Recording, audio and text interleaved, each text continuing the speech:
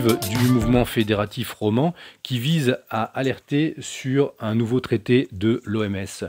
J'ai étudié le mondialisme dans mes différents livres depuis une vingtaine d'années. Il est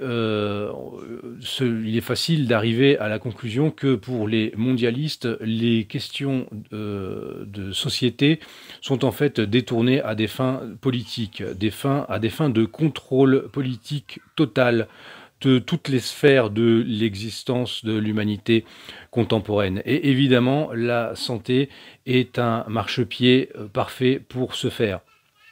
De la même manière que les droits humains sont détournés, la santé est détournée par les mondialistes pour arriver à des fins de contrôle biopolitique total de l'humain, du berceau, je dirais, jusqu'à la tombe, et on le voit maintenant avec les lois sur l'euthanasie en France, et même au-delà, si on va par le recyclage et les trafics d'organes.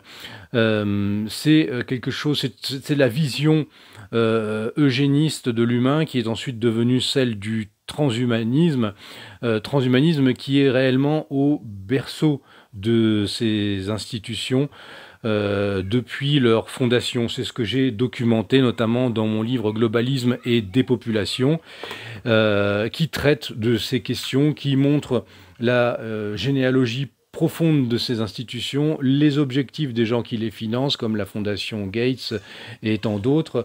Et parmi ces objectifs, il y a évidemment celui de la planification démographique, du contrôle de la natalité. Et cela passe par tout un tas de méthodes, depuis la planification familiale jusqu'à ce qu'on appelle l'immunocontraception. Voilà, donc les données qui sortent constamment sur la réalité que dissimulaient les campagnes d'injection ne font que confirmer ces travaux que je mène depuis avant même le Covid sur ces questions. Donc restons vigilants et organisés. Leur objectif est celui du contrôle total. Je ne pense pas qu'ils puissent y arriver. Je pense que comme tous les projets totalitaires, comme le communisme, eh bien le projet mondialiste finira par se fracasser sur le réel, mais il aura fait beaucoup de dommages entre-temps. Donc d'ici là, les gens conscients doivent se regrouper, s'organiser entre eux et alerter autant que possible l'opinion publique.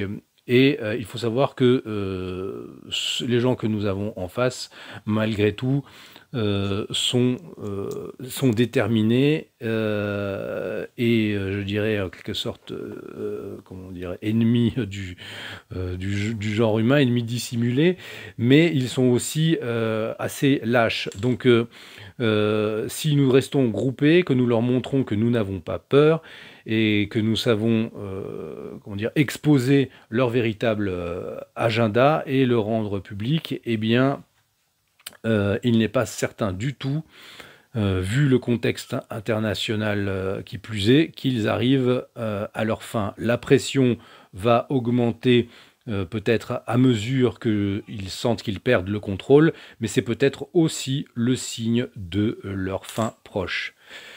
À bientôt et bon courage à tous et en avant vers la victoire.